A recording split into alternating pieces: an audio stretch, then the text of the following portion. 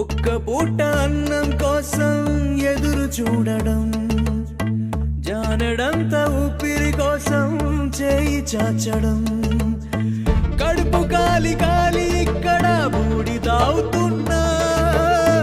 మనిషి అన్నవాడికి మనసే లేకపోయినా